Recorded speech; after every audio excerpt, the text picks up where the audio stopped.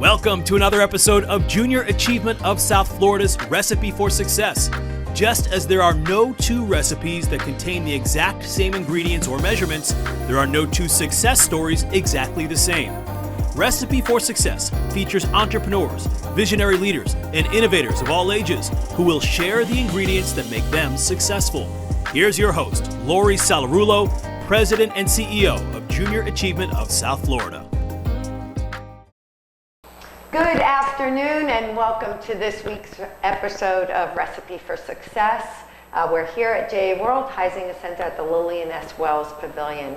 This week's guest is someone that I've known in this community for quite a long time.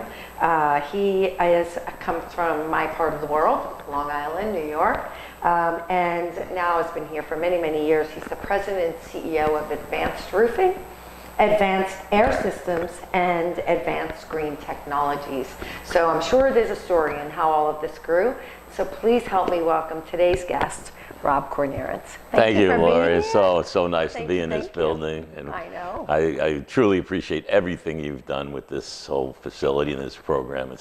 It's just taken off like wildfire. Well, I want to make sure that we mention for the audience especially that you were very involved when we built this building, when the idea was, coming to fruition and getting all of the people who would donate to the capital campaign, who would do the building, and your company played a major role, and so I'd love for you to share that a little bit. Yeah, I didn't know a lot about Junior Achievement, and a friend of mine said, you got to go check it out. And once you understand what this program's about, you cannot help but just love what it does for the youth that's coming up, things that they're going to need, tools that they're going to need.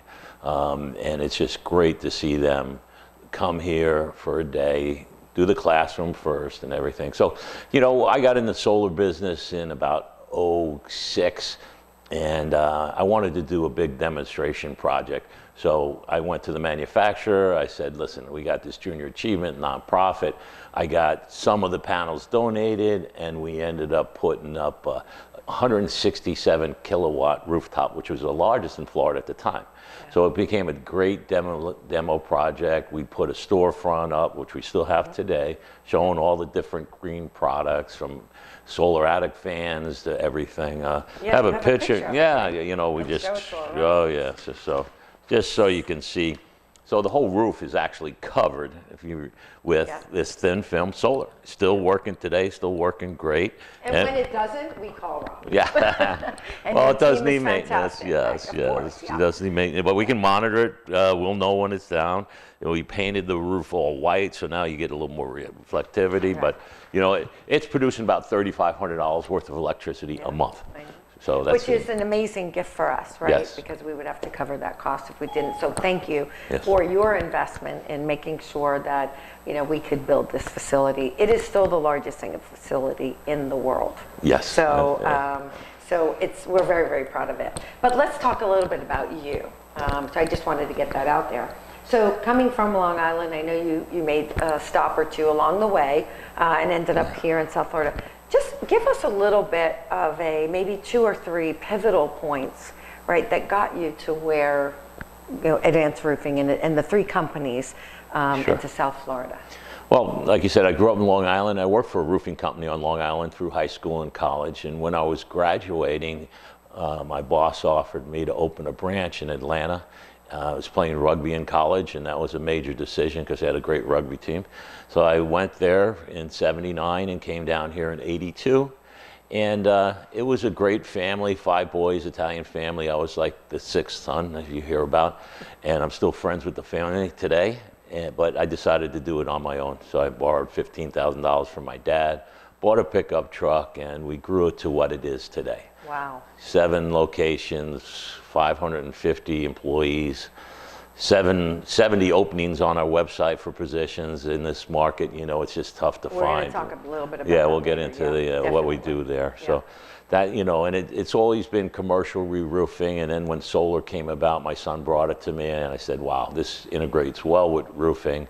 I'd already started an air conditioning division 25 years ago because we have to raise air conditioners on the roof. That's commercial air That's all commercial, yeah, we're doing all commercial. But multifamily residential, 30% of our business is condominiums and high-rise.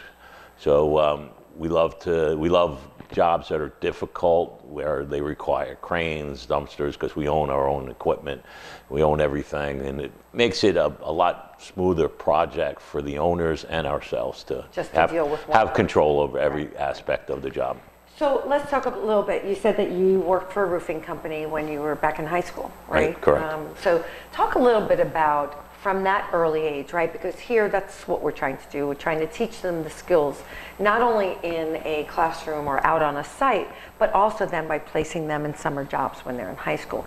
Can you talk a little bit, was there something that sticks out to you that you learned in those early years of working and doing roofs? What was it that you think, first of all, got you interested in becoming your own boss, right? And opening your own company, but what work ethic you developed?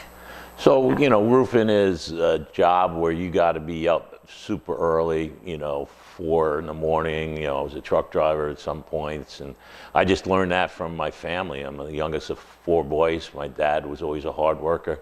My grandfather immigrated to Ellis Island, had 5 delis. So we had the German work ethic, and it was instilled in me at an early age, paper routes, all that. So just hard work. And when I started roofing, the fact that I could be outdoors and it was physical, and every job was different, and you can move around to job.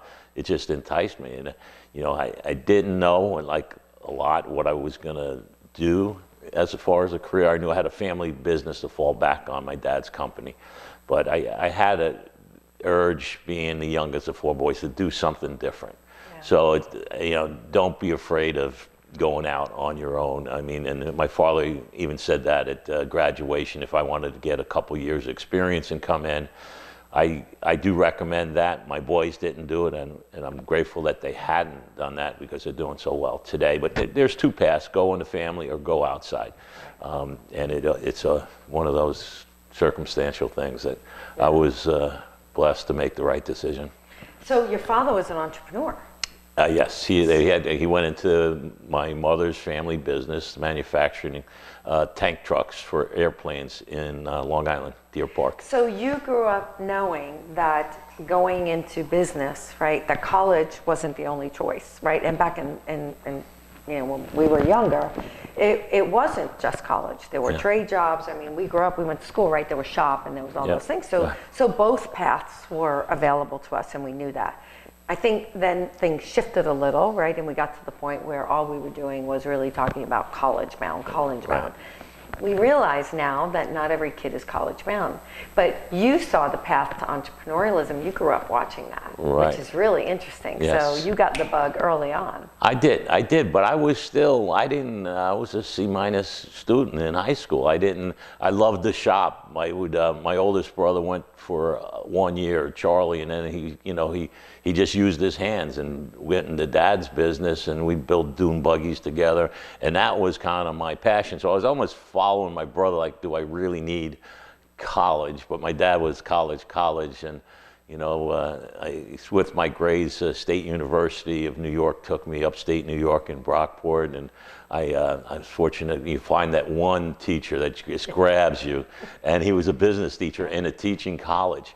And he just took on to me, and then I started taking accounting courses, and I was doing really well. I mean, and then marketing. So it was one of those things that one teacher stuck out with me and really took. And so that's that makes me think about mentors, right? And why it's so important, even for our young people today, whether it's JA or anywhere, having those mentors, those people who take the time, right, and see something in us. Right.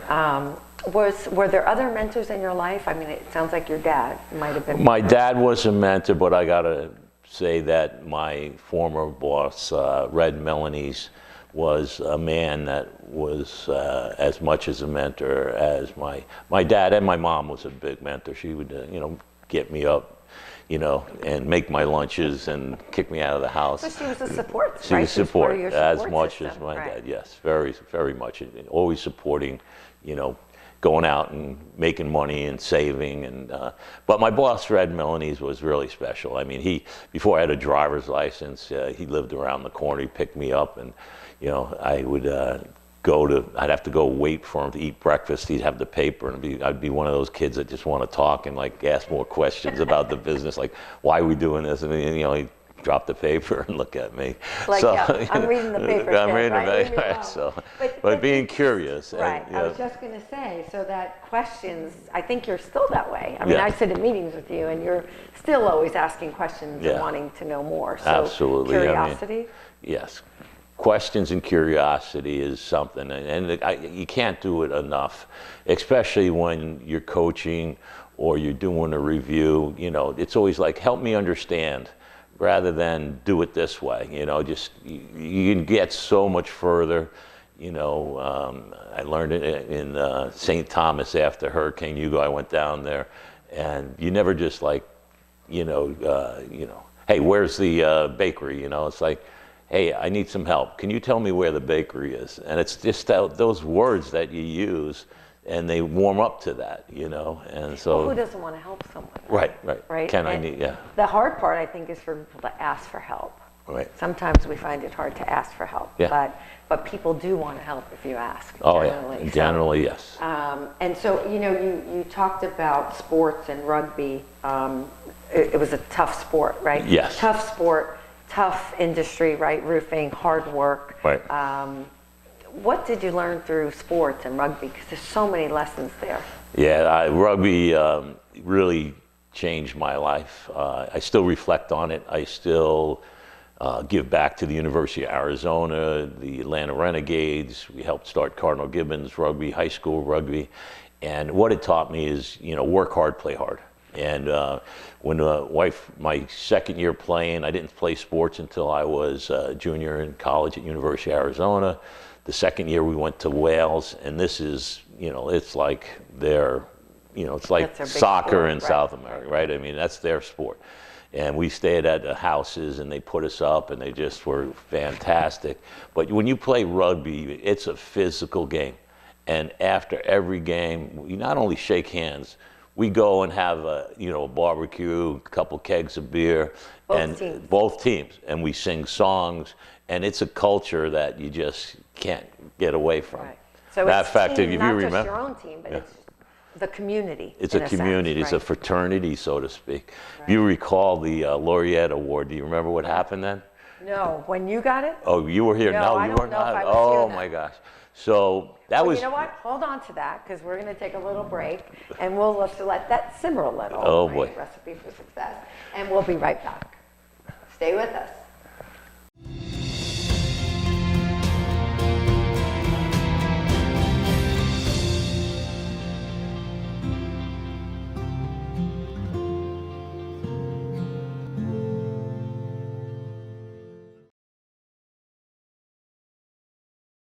Well, welcome back to this week's episode of Recipe for Success with Rob Kornahrens. And so you were going to tell me the story about becoming a laureate. Yeah, so when they years ago, they used to do the film, and then they'd have some surprise guest or something like that. Well, they contacted the Fort Lauderdale Rugby Club, and in Miami, I played for both of them. And they came in and they did the elephant walk. So the elephant walk is where you put your arm between the guy in front of his legs, and they all connect to each other.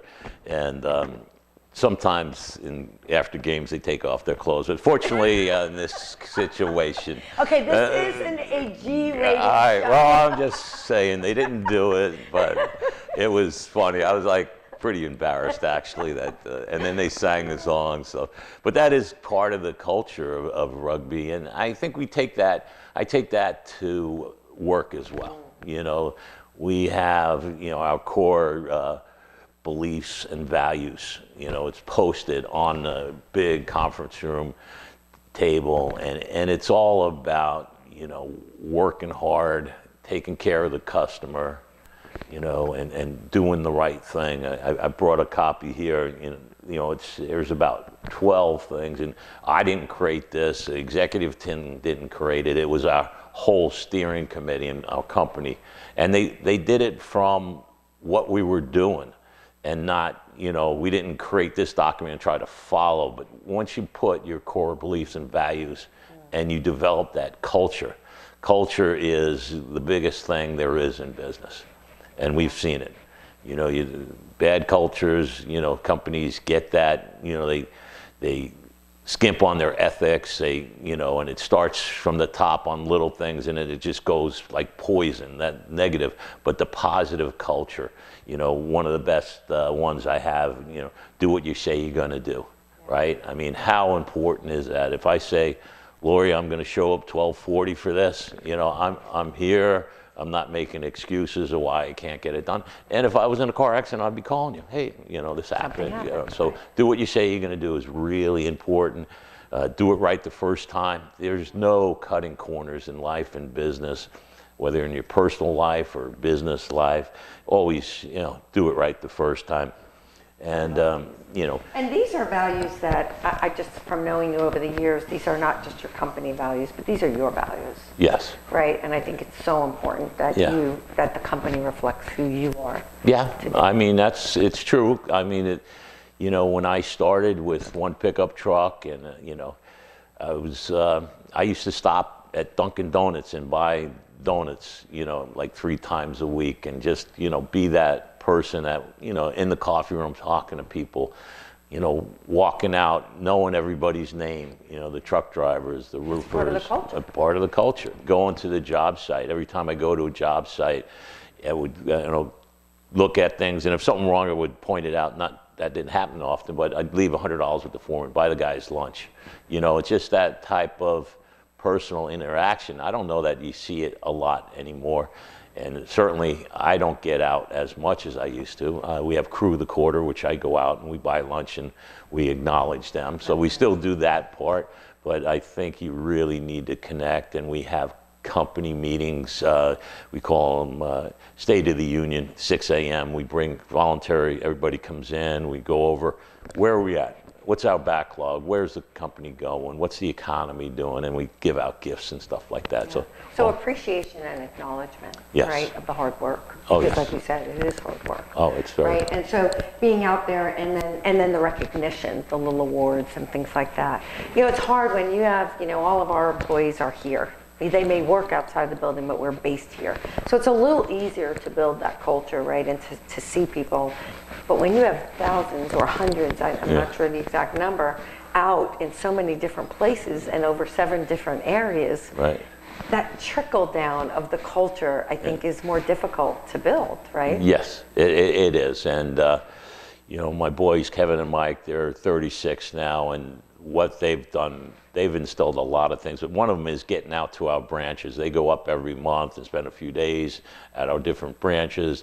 We have Christmas parties. We had it at Banyan Air Service. We had the whole hangar. We brought in all of our office people down for the weekend and had a Christmas party together. So, wow, doing that type of thing, you think it's a lot of money, but over the big picture, it's not. I mean, we have employee surveys that show that 90% of our employees would recommend us to a family member or friend.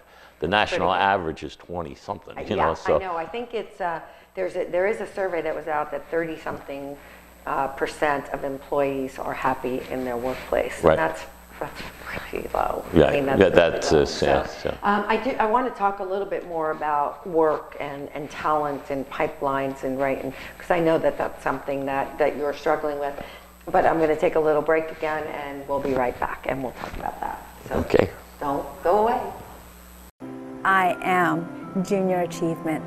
I am Junior Achievement. Direction. A path.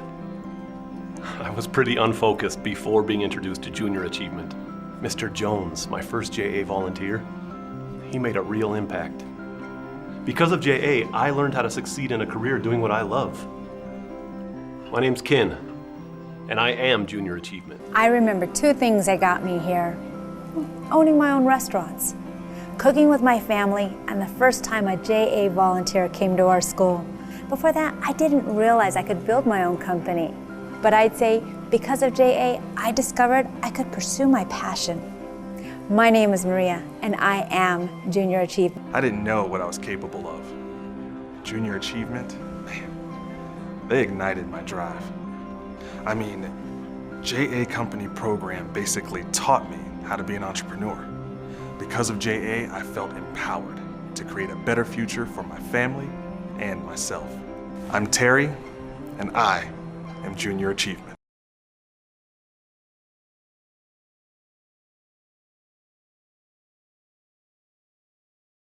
Welcome back to this week's episode of Recipe for Success. We're here with Rob Kornahrens of Advanced Roofing and lots of other companies. And so we were just kind of getting into a little bit more about workforce, right? You were talking about how to keep and retain the workforce. Right. Talk a little bit about, because I know you're out in the community working really hard on workforce development. Talk about the talent pipeline and the skill sets, the challenge that employers, you employ a lot of people. Yes. So I have to imagine this is something that you're struggling or challenged with. Yeah, not only is construction, hard work, but when you put the roofing involved with the heat in the summers and climbing ladders, believe it or not, there's a stat that 50% of people are afraid to climb ladders, and that's both male and female. So now we're really dwindling down to the availability, and when there's computers and other jobs out there, it doesn't sound like a sexy. So we had started an apprenticeship program with Broward College. We're sitting here, ABC and Atlantic Vocational, and we have a 3-year apprenticeship program, and they get $16, $18, $20 an hour. But the cool part is they get 24 credits from Broward College towards an associate degree. So we're bringing these. We have recruitment. We have 2 people designated just to recruit and train high school kids, vets, and whoever else. I have a 2-week boot camp, make sure they're going to make it, then we put them in the field for 6 months, and then they can enroll in the apprenticeship program. That's one thing we're doing. That's great. We've got into the H-2B visa program, where we brought in 25 workers from Costa Rica. We had to qualify that, very difficult process, but we were able to do it after the Hurricane Matthew because we were a shortage. And I'm presently working on a bill with the National Roofing Contractors Association to expand that program. We'd love to get more kids into this industry. It's not like when I grew up, it was hot tar and 500 degrees. We're using single-ply membranes. It's a heat welder.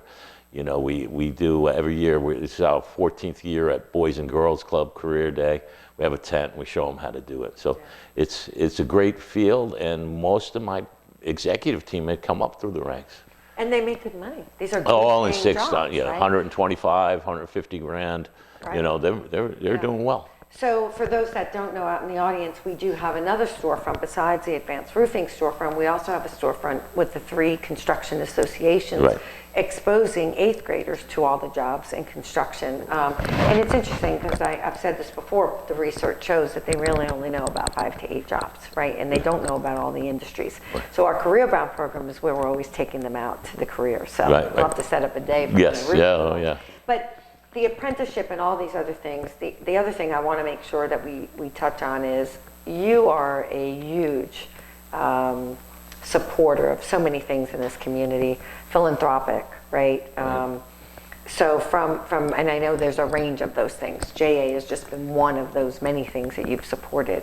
Talk a little bit about giving back for you personally, for the company, right? How does that all come together? We got to be corporate citizens and give back to the community. And I've always done that throughout my whole career, just Habitat for Humanity. Mm-hmm. We went, and after Hurricane, it was Andrew, they lost their roof. We helped them get a roof. And on. It's just, personally, it's very rewarding to be able to do that. My son's coming up through the ranks. They're my partners now, and they understand that. They know that, how important it is, and they're starting to do it themselves, in different ways. Kevin with the apprenticeship program. Mike has been doing things with, taking kids fishing and all that stuff. So. But you've ridden in the MS ride, right? Oh yeah, we're getting ready. You're involved in oceanography with the Guy Harvey Foundation, I believe, right? Yes, correct. So I know that's something that you've done. So I know there's a long list. Yeah. So I saw you and Maureen. I don't know who's doing more, but yeah, my lovely wife Maureen. She does a lot. Who, by the way, is watching. You can't see her, but she is watching. So I told her to come over. You gonna come over? Come on over. It's interesting. I mean, there's so many great ingredients here, and there's probably some on that list that we didn't even capture here. How do you make, like you said, that you love, one of the things you love about the job is that it's always changing, right? Because every job is a different job. And I'm kind of that way too. I get a little bored, so I like different things. So which is why I'm always creating new programs or new events. What is that, how do you stay current, right? How do you make sure that you and your leaders in the company are staying current and making sure that you're always changing and making sure that things are... No, it's very, very important. We spend more on training our employees than any company. We have, like I said, 2 full-time recruiter trainers. We have quality control. I walked into a meeting room yesterday. I was invited in for a lunch and learn, and there was all my project managers. I mean, a lot of money was sitting in the room, but you know what, and I'm proud of that. You know, we had Factory Mutual, who is a designer for certain, like JM Family, big corporations are insured by Factory Mutual, and they have much more rigid standards than the code, even bigger than the Florida building code or Dade County. So we had, we had them come in and go over, and we're training and what they're looking for. And besides that, it's all the associations. I recently last year got on the board of the National Roofing Contractors Association, and we have people in the Florida Roofers Association, South Florida Roofers Association. So belonging to associations in your industries, going to the trade shows, doing lunch and learns yourself. I mean, not only is it, you have to get ready and you got to stay sharp on what's the latest, because you're going to be speaking to property managers, architects, engineers. That helps you get sharp. But, it's a business development. People, like, when they see you're the leading in the industry, they want to use you and they'll come back. And that's where you get your reputation. And we have a very good reputation as the quality roofing company in Florida. It's just, we hear it from people we interview, from manufacturers, customers, and competitors. It's a standard. So that builds a confidence, right? If they know that you're the most knowledgeable, yes, right, and that you all of your team is sharp, people want to do business because they feel confident, right? Absolutely, so there's certainly a confidence that has led to the success of the company. Absolutely, and it goes throughout each division. It started with roofing, and then in solar, when we got into it, we have the same knowledge. We got a partner, Clint Sockman, and he amazes me. I go to meetings and I call it, I throw him softballs. I'll just say, hey, tell him about the whatever it is, the cost shift model. How do we make a return on investment go from 8 years to 5 years by cost shift? And he gets these smart people like Clint and Mike and Kevin, and it's just people just want to do business with you when you knowledge. Exactly. So lots of ingredients, which I'm going to read back for everybody. This is your recipe for today. If you had to pick your main ingredient to your success and your company's success, what would that be? I go back to do what you say you're going to do. I can't stress that enough. Whether I'm sitting on a board and I'm called the idea guy at my company, but I have to follow through with things. So if I say, I'm going to do something, whether it's a community event, or at work, and I expect that from my people as well. Right. And they know it. We're not allowed to use the word try. Like I'll try to do it. You just tell me you're not going to do it then. Right. I mean, it's just like, everybody knows, don't use the word try. And then if you tell me something, they know that you better do it. We have a 24-hour rule, call back customers within 24 hours, So that's very, very important. That's the life of it. Do what you say you're going to do, I think, is how I live my life. So let's read your ingredients. Maureen, would you like to join us as we read them? Look at her. She's just waiting to get up here. It's my lovely wife, Maureen. You know, the funny thing, you're talking about community and how Rob gives back to the community and how I give back to the community. And the funny thing about this was I was actually already planning on being here today at Junior Achievement. I'm not here because of you. I'm here because of Junior Achievement. And hate to burst your bubble, but I volunteered, which is a great program, the BizTown program for fifth graders. So I was here all day with my son's school, and then I come to find out that you're also here. So, you know, You didn't come for me? so No, I did not, communication is not one of the No, ingredients. no, we know. I'm kidding. like, I'm oh, kidding. And what do you have for lunch? And then he bought me lunch. Oh, Isn't that cute? he's Yes, so very, it was sweet. very, very And what do sweet. you Did you have? buy me lunch? You did buy me lunch. So let's read your ingredients, and Maureen can hang out with us. So work ethic. You talked a lot about hard work, right, in Yes. this business, for sure. So no fear of going on your own, right, and, Yeah. or taking any risks, right, whether it was starting the other two companies, whatever it is, you can't have that fear factor, right? Got to get over that. Mentors and how important they are and how they play a role in your life. Having a support system. You talked about your mom, you talk about your sons, you talk about your family. That's a support system, right? And so that's helped you to be One thing too on that successful. support is my Vistage group. I joined Yeah. that 25 years ago. We meet once a month, and that is a true support Yeah. system. And you convinced me to get into one, Yes. so thank you for that. Curiosity, I love that one, and constantly continuing to ask questions, right? To Yes. learn or to grow or to understand just where somebody might be, Yes. right, in their life or in their place. Work hard, play hard, love that one. Community and that creating that sense of community, whether it's on boards that you sit on or in your company, right? And creating that sense of community. Culture and how important that is to build that culture in your company. Customer first, customer service, so important and absolutely has contributed to the success. Your main ingredient, your word is gold, right? Accountability. Yep. Do what you say you're going to do. And doing it right the first time.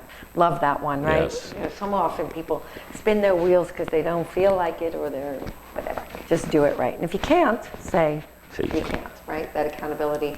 Appreciating and acknowledging and recognizing your employees and the people that are helping you to be successful. So important. Giving back to the community, we talked a lot about that and all of the things that you're involved in. Preparation and training. If you aren't preparing and training your people and they didn't go up there and do a good job, or there were accidents or whatever, I'm sure that it would affect the success of your company. Absolutely. Right? Being the idea guy, love that, which I kind of feel like is our job as CEOs, right? Constant learning and staying sharp. I like that. And then with that, of course, goes that knowledge. When you do stay sharp, it creates the confidence for your customers, right? For your team, for your leaders, for your family, for all those around you, other leaders that you're working with. I know that when I'm out there with you in the community, you can tell that people respect and admire and absolutely have confidence that when Rob says something, it's going to be right, or it's going to be a great idea, or whatever. Yes. But so you've earned that respect and that confidence. So congratulations on all of your success. Most importantly, Maureen. Yes. Of course. Yeah, How you nailed her, I don't know. I outkicked my coverage, as they say. But thank you so much for being Yes. here. I love learning And all of thank you this. for all you do and what you've done. You've taken Junior Achievement just to the next level, and there's no stopping with the No, shark. there is no and stopping. I mean, so Listen, we are a solution provider. You talked about jobs and talent pipeline and skill sets and making these students aware of the apprenticeships and the opportunities. That's what we do. That's our core mission. I love it. You can tell I'm passionate about it. And there's just so many opportunities that I think for Junior Achievement to help the business community, our educational community, and just parents, all of that. So I really see us as a solution provider. Yes. Maureen being on our board, so thank you for giving us some of her time. So, no problem. so thank you both. We all really right. appreciate Well, it. thanks for all you And do. thank you to all of you who watched today or watch when we post this on Friday, this week's Recipe for Success. Look forward to seeing you again next week, and I hope you learned so much from our guest today. Let's keep cooking.